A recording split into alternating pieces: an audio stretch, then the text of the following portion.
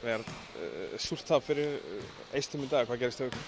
Við bara komumst eiginlega aldrei inn í leikinn beint sko. Náðum bara ekki að spila okkar leik og þeir náðu bara valt yfir okkur. Það gerist bara. Eistarnir eru líkamlega sterkir, er það kannski svolítið munurinn á okkur í dag? Já, það líka sko. Þeir eru stærri og sterkir bara. 2 töp í þessum fyrstu 3 leikjum, er það mjög súrt? Já, við erum bara halda haus og halda áfram. Það þýðir ekkert annað. Svíarnir á morgun, hvað veitum við um það? Og lítið, við förum á hérna vídeófund á morgun. Þá svona aðeins að skáta þá.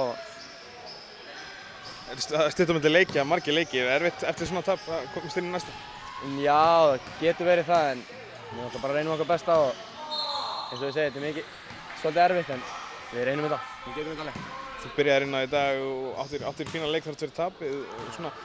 Er erfitt að vera svona sterkum hóp og nýta tækifærin? Já, þetta er náttúrulega alltaf hörku baráttan á æfingum og maður reynir bara að gera eins og maður getur fyrir liðið bara en maður fær sénsinn til að spila. Og bara áfram gakk? Já, áfram gakk.